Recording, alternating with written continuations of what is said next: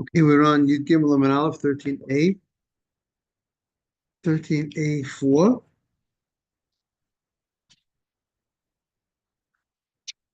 The last thing we said was Ula. We said Ula when he would come back, when he came back from the yeshiva, 13a4, from the Beit Midrash. He was busy learning. He came back. He actually kissed his sisters, and the Gemara said that this conduct of kissing his sisters actually was in contradiction to what he himself said. The Gemara understands that he made a statement that says you shouldn't be doing such type of activity. A person shouldn't be doing this type of activity, but he himself in his personal life did it, not because he was. The obvious question is why did he do it, right? So we'll see in the Tosfot. It wasn't he knew himself that this would not cause him any inappropriate thoughts, and therefore he himself was allowed to do it. So the Gemara says, "Upligi ulukav otim b'midrashav menashek lulachvosach abechadayu v'amla b'yadayu with kiss his sisters, and pligi didei adidei." And his statement is contradictory to what he himself held. What the Ula says, afilu shum kurva asa.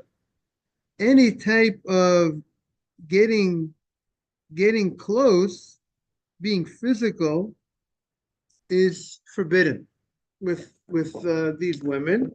Even your sister, the Gemara understands, even your sister, which this is where you have no real feelings, you have no physical feelings, so to speak, for your sister, and nevertheless, the Gemara says, Ula says, a person should not be conducting themselves in such a fashion. Mishum leich omri nazira. We tell a nazir. Who's a nazir? A nazir is a man or a woman who takes upon themselves not to drink wine. And general nazir is a 30-day. If a person says, I want to be a nazir, I want to be a Nazirite, the person would say such a thing. It's a 30 general nazir is 30 days unless he stipulates otherwise. And during that time period, he's not allowed to drink wine, can't go to a cemetery, can't go to contact with a dead body, can't cut his hair. No one should accept upon themselves to be a nazir today because there's a process. When you finish the period, you bring an offering. We don't have that offering to bring today. So a person, and what do we say to a nazir? Now you're not allowed to drink wine, not allowed to have grapes, but we tell him don't even stay away. Leich, I mean nazira. We tell the nazir go away. Don't go to a vineyard. Well, technically, if he wants to go by a vineyard, he can go to a vineyard. There's no problem. The Torah does not say a nazir can't go to a vineyard. The Torah says a nazir can't have the grapes. He can't have the liquid that you soak. If you soak the grapes in a liquid, that would absorb from the taste of the grapes. You can't, called mishrat anavim. You can't drink from that liquid. The nazir can't. You understand? It has a taste of the grapes in the liquid, right? Even if it's not directly wine, even just and that that's a case that the Gemara discusses of Hulin, that we see you have a taste of a food, you have a taste of the wine, and yet Torah says you can't drink. It's also included in the prohibition. So a taste of a not kosher item is also that to look at that case. How did that relate to the general rule of taste would be forbidden like the item itself, right? That's something that question is that a good source for that law or not a good source for that law? It's something called tam ki'ika, the taste of a food. If you cook a piece of not kosher meat with a pot of meat, and it gives off a certain flavor, so that this is one of the cases that the Gemara will look at. But the nazir, the flavor of the wine, the grapes that goes into the liquid, and we say you can't drink that liquid. So, is it clear, Adam? So that is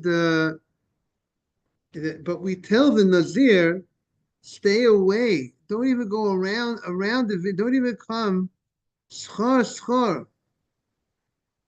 Go around, even to go around the vineyard, the karma lo sikrav. Don't get close. Stay away. Stay away from the vineyard. That is the that that is what we tell the Nazir. You gotta go away. Which means even this translation is schar, even around the vineyard, meaning you're not inside the vineyard, but you're just going around the vineyard. Don't even go around the vineyard. Go further away.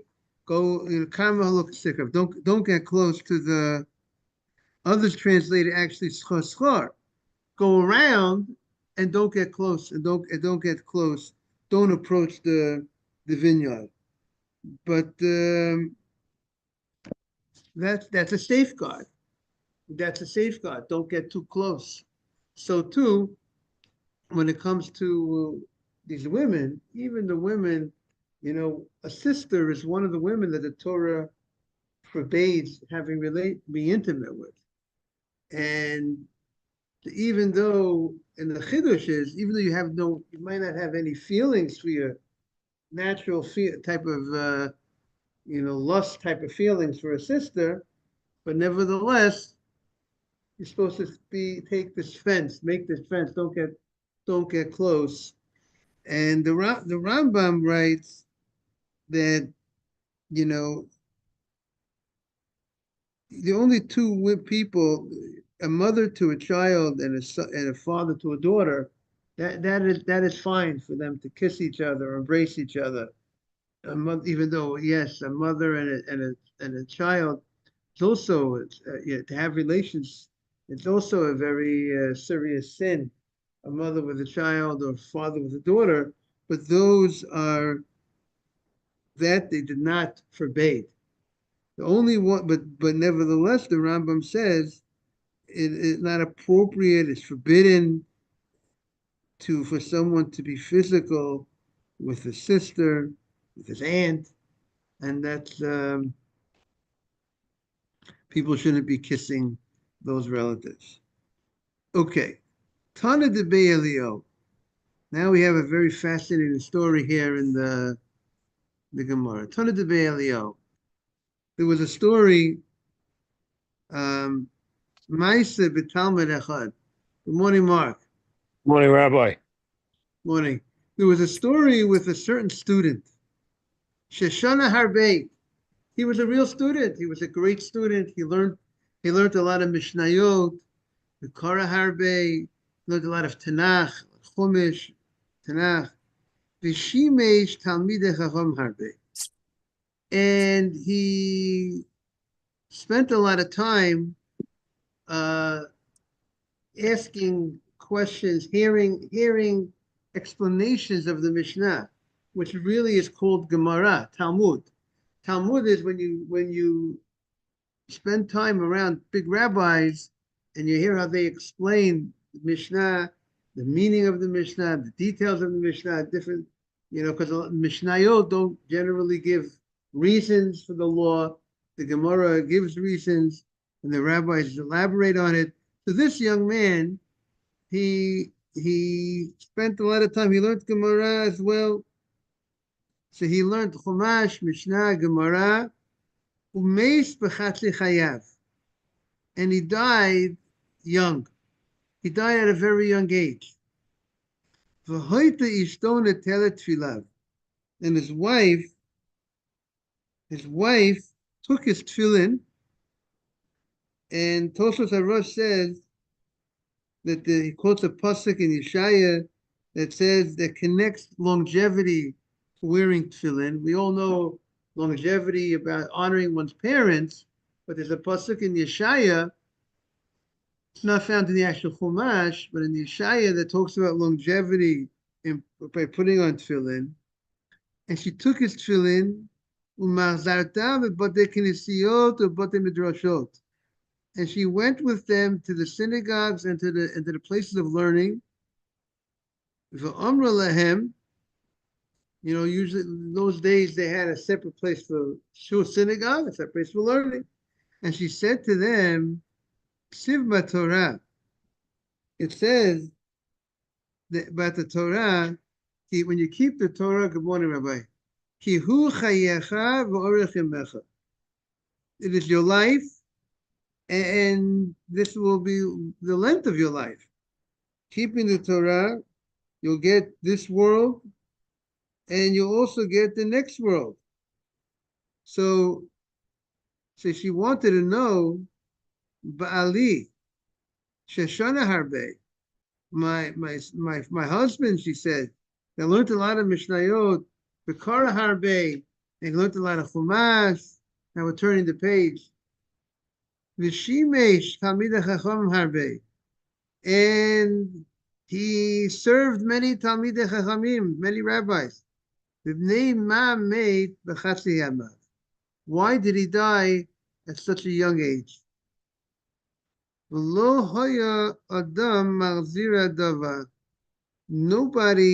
gave her an answer.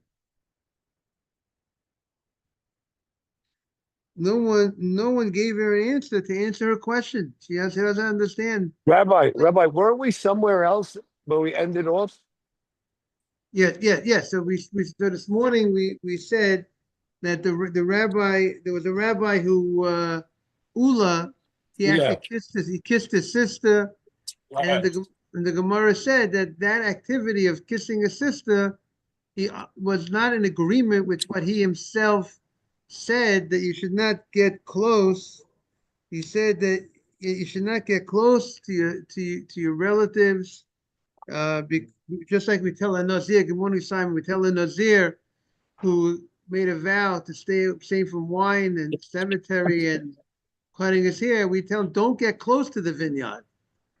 And so therefore, the Gemara says this activity of kissing a sister wasn't appropriate. Argued on what he himself held. And Tosfos says, if you look at the bottom Tosfos, Adam, we'll take a look at the Tosfos, Simon, on Yud Gimel and Aleph. Tosfos says, how was he able to go ahead and do such a thing if he himself says you shouldn't get close? He, the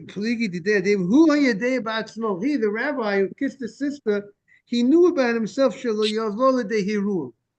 wouldn't come to any thoughts about his sister through the act of kissing his sister. He was a very complete righteous man. Like we see, you see out of that Tosfot? If you look at the bottom over here, in 13a, like we say in the Ksubot, he put a certain woman, was to see who that girl was, on his shoulders, and he danced. Sounds like it was a wedding, and he danced with the bride on his shoulders. Oh wow!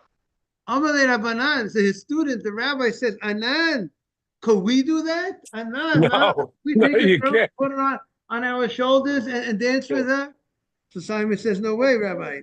Amalei, he says, listen, if when you pick up the girl on your shoulders, if to you it's like you're picking up a piece of wood, then you can go ahead, good morning, and go ahead and put her on your shoulders. But if it's not like a piece of wood to you, then you can't put her on your shoulders. So to him, it was like a piece of wood. That was the level of righteousness that he had, of lack of holiness, that he wouldn't have, he understood he wouldn't be a problem. So that's what the Gemara is saying over here, according to Tosfot, that the rabbi who kissed his sister, he knew he was on that level, that he knew that this will not bring him to any thoughts. But the average person is not supposed to be going ahead and doing such type of activities. And the Rambam Maimonides criticizes the people, pulls out that people who do this type of activity are making a mistake. So people shouldn't be. We could look into it a little more. I saw they quote that Moshe Feinstein has a letter about it. We'll look more about it. But at the end of the day, the Rambam did not. You have to see what Moshe Feinstein says. But the Rambam writes very clearly that if somebody the Rambam says if someone embraces, hugs one of the women, these women that you don't even have a feeling for. The Rambam is very specific. He says, like your sister, your older sister, or your mother's sister, your aunt, your sister, which you have no physical attraction, a concern, even though you have no taiva, the Rambam says, even though you have no desire, you have no pleasure by kissing or hugging, embracing. That the Rambam says this is not nice, it's forbidden, it's a foolish thing to do. We don't get close to these women that we're forbidden to.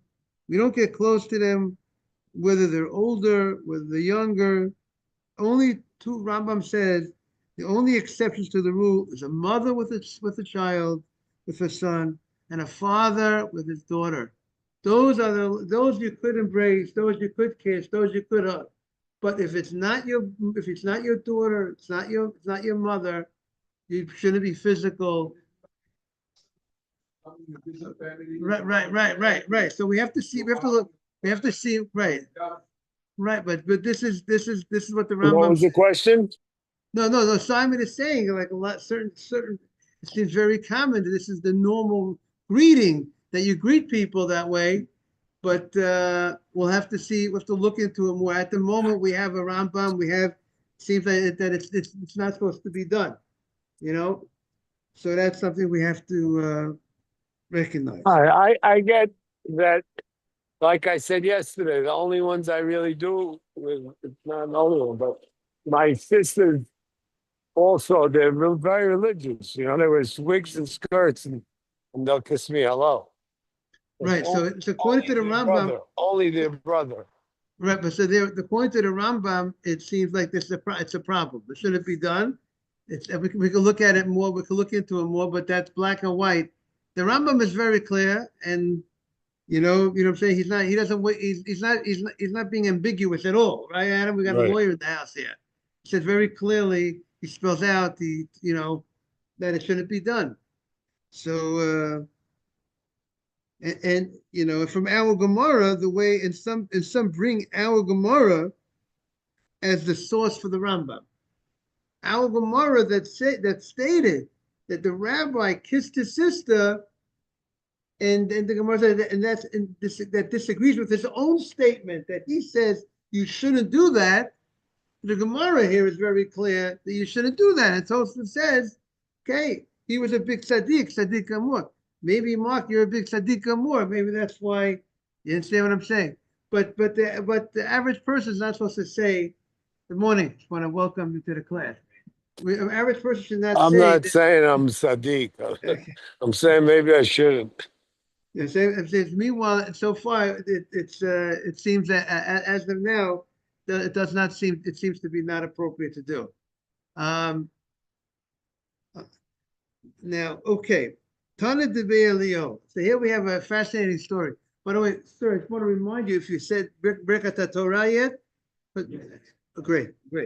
Tana de Leo. So we said about in the middle of the story, a certain student in the yeshiva that was very learned, and yet he passed away at a young age, and his wife couldn't understand what's going on. She doesn't understand. She knows the Torah is emet. The Torah is emet, and it says the person that keeps the Torah should live in this world, and why should he die at such a young age?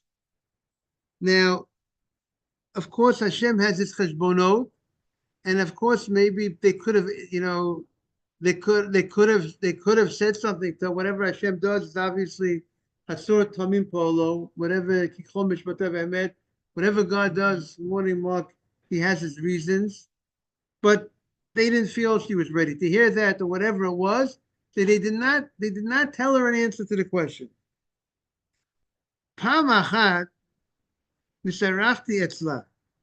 So Eliyahu says that one time I was a guest by her.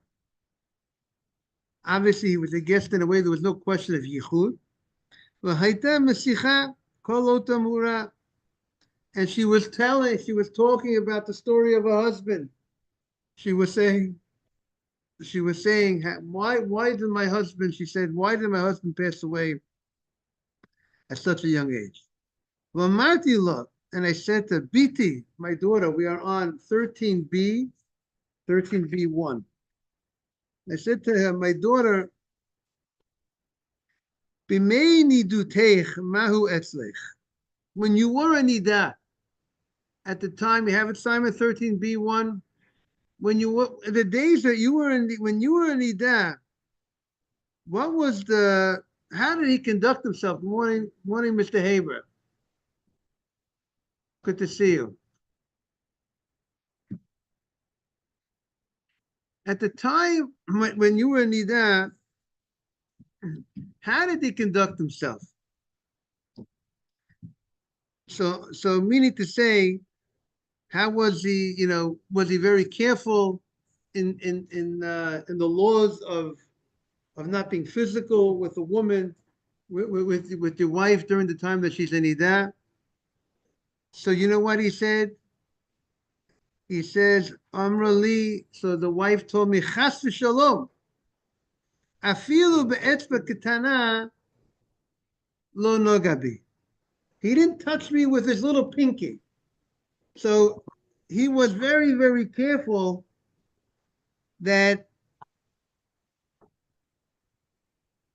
or he didn't, or even on my little finger, he didn't even touch my little finger.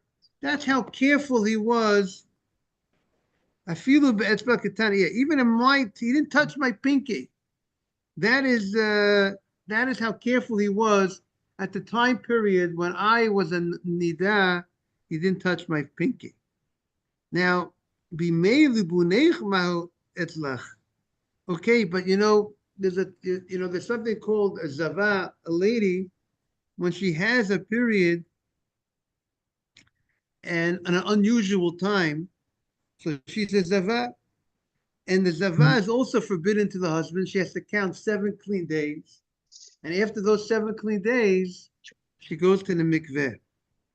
So what was regarding in that time period when she was counting the 7 clean days, how did she act towards you? So she responded, Achalimi. She during that time period did not keep any of the. He ate with me, imi. He drank with me, v'yoshen imi b'kiruv basa, and he actually lie down with me next to each other, touching each other. V'lo alta daito, what? Unclothed.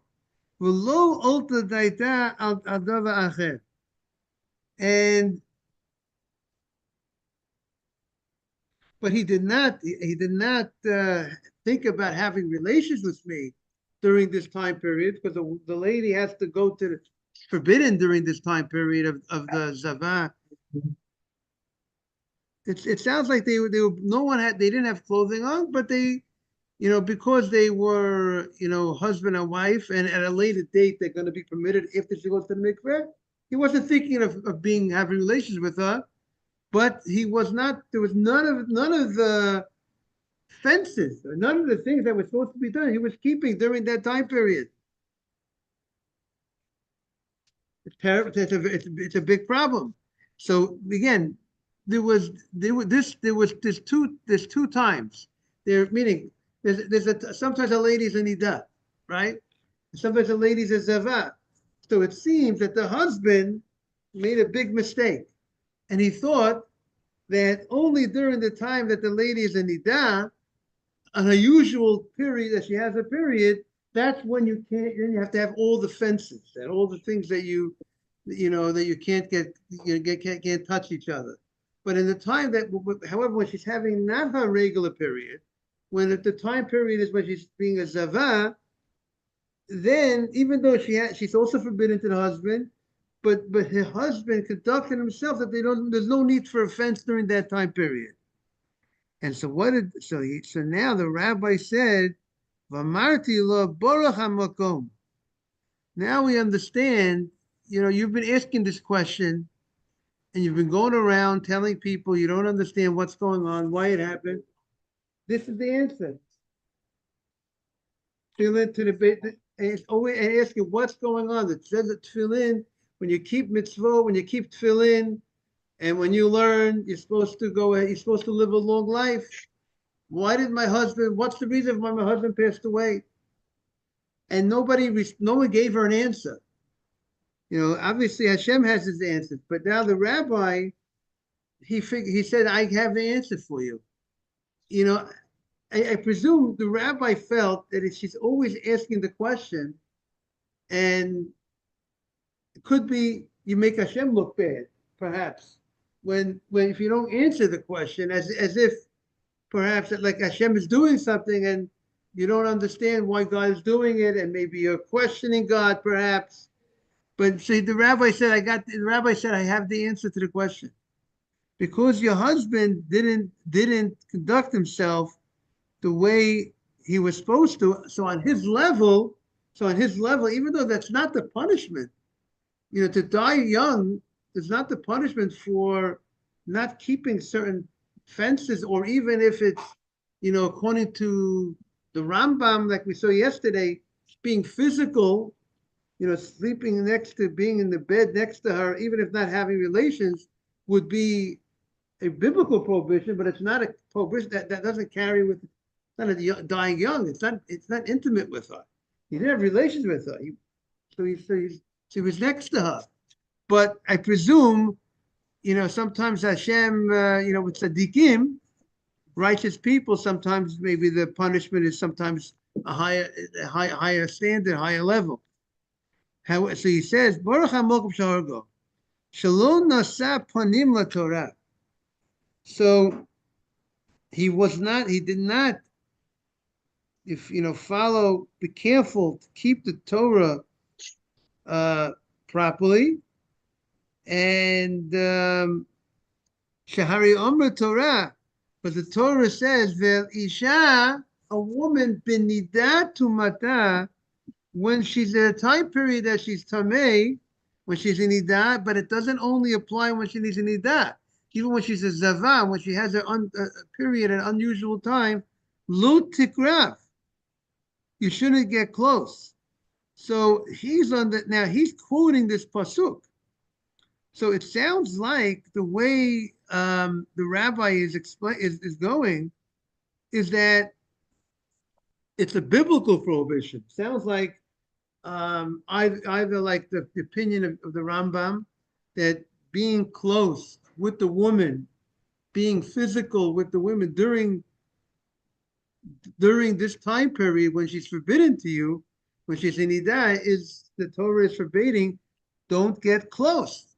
And this is all things of, you eating, drinking, and obviously being physical, your bodies touching each other. That these are all actions of getting close, and therefore you're that's perhaps the explanation why Hashem did what he did. Kiati Rav Dimi, when Rav Dimi came from the Holy Land to Bavel,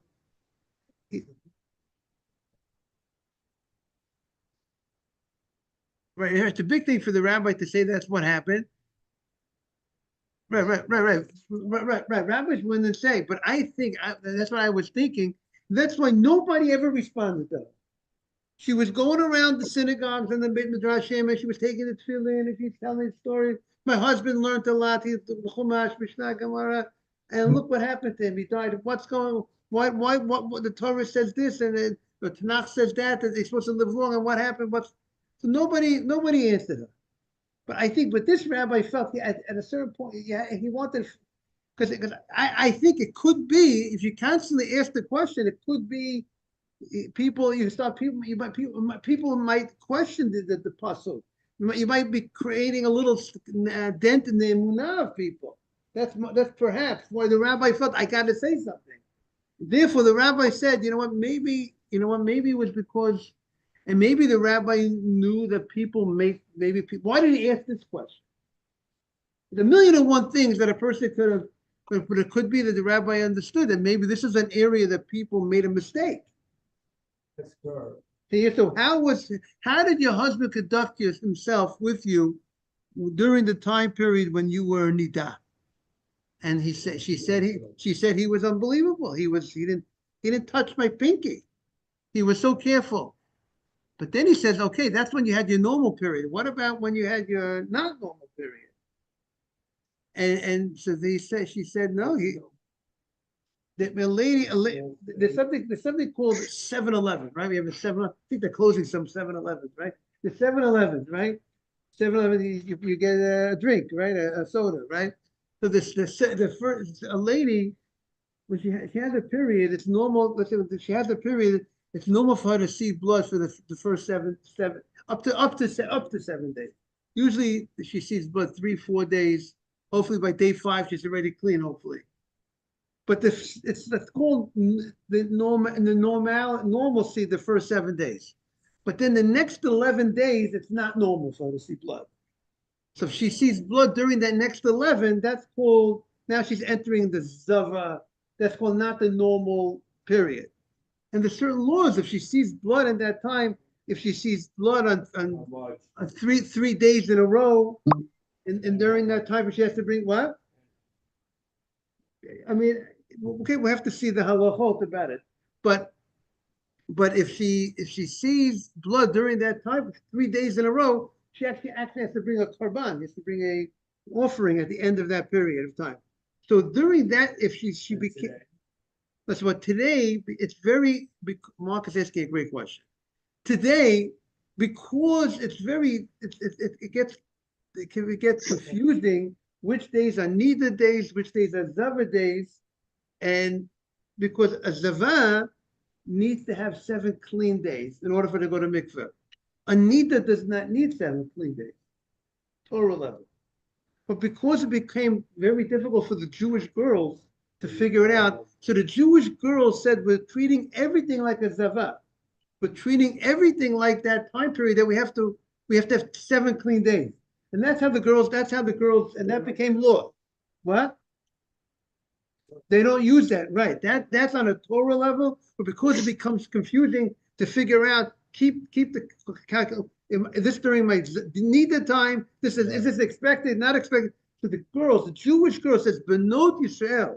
The Jewish girls must stay fascinating, right? Hichmiru al atzmam. They were stringent about themselves to keep even if they see any amount of blood, the size of a mustard seed, they'll wait 7 clean days. Right, because during the 11-day period, that's when you're supposed to have 7 clean days. Right. But even in the normal period, meaning a lady has, the Torah says, right. But I'm saying, Mark, the Torah does not require, if a lady has a period at the expected time, normal time, let's say, she could technically see blood. Let's say she sees blood today, right? She had a period today. Technically, she can see blood today, tomorrow, the next 5-6 days, and even on day 7. But at the end of day 7, she stops seeing blood. She could technically go to the mikveh and she spread it to her husband on the Torah level. For 7 days from that, even though she saw blood today, tomorrow.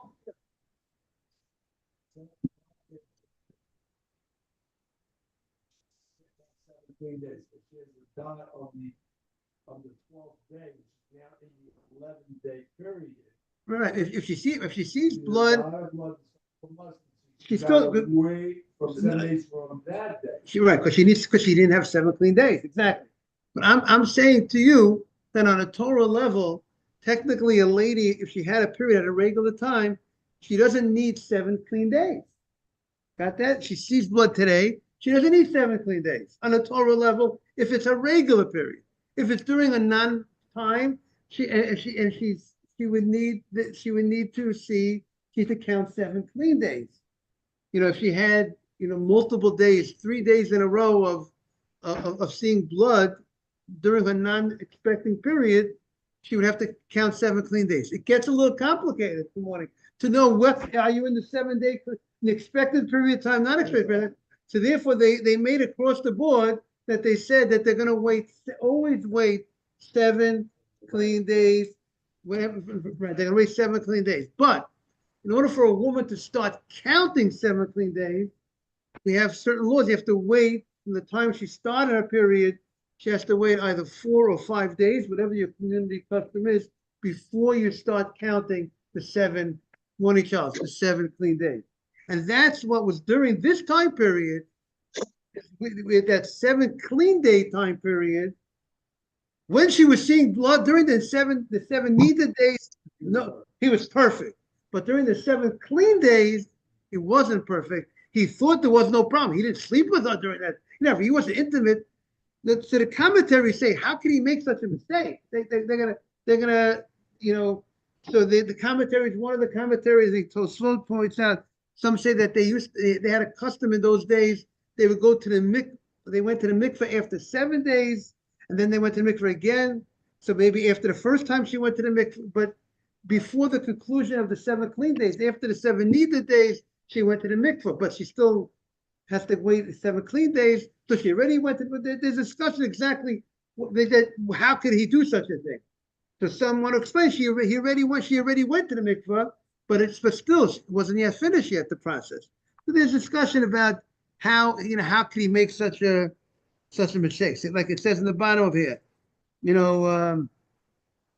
Tosfos discusses the issue, how could a Talmid Chacham, you describe him as a learned man, how could he violate this prohibition? He knows that the Torah says that a Zavah counts 7 clean days, and she has to wait 7 clean days before she goes to the mikveh. So that is and one of the answers in that time period, the Nida would go to the mikveh after 7 days, and then she would count another 7 clean days, and then go to mikveh a second time. And that rabbi thought that, since she already went to the mikveh the first time after the first 7 days, so therefore he's allowed to. He didn't have to create these fences were not necessary, except he can't just be intimate with her. So that is what one of the approaches that they want to explain. Is that clear? That on a Torah level, they want to say that she went to the mikveh after 7 days as his wife, right? And on a Torah level, he was permitted to her. But rabbinically, there was a law that she had to count an additional 7 clean days. So being that was a rabbinic law, so he didn't make the fence. He felt that was a fence on the fence, not to be physical with her during that time period, and that right, and that was the mistake that he made.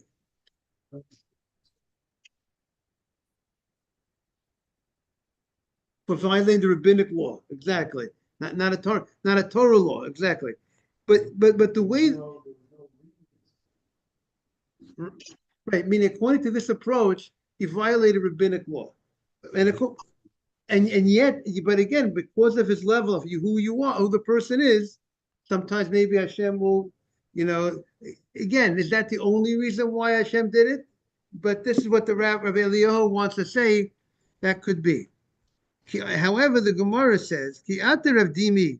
Rav Dimi says, when he came from Eretz Yisrael, he said to the rabbis, mita chada have. The thing that he violated was that they were slept in the same bed, and that was the mistake. It's not that they actually touched each other. It's not like the way was described before, that they weren't wearing clothing and they were actually touching each other, but not being intimate with each other.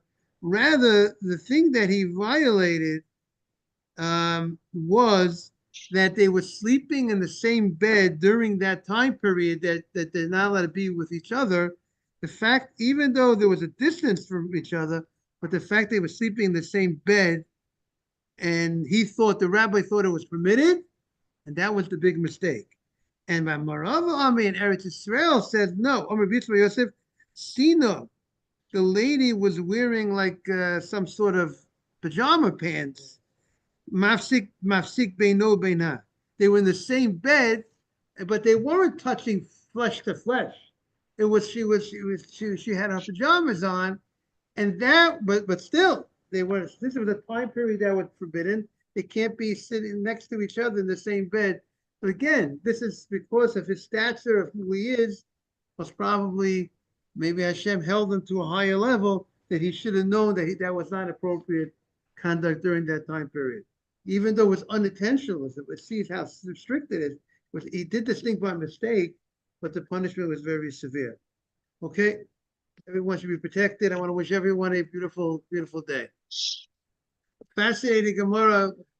When Ralph and Asaf and Emmanuel, good morning. Give you a proper good morning to everybody. Good morning. Good to see you. I like that smile, Ralph. We love smiles. Take care. Have a great day. Bye. Bye-bye.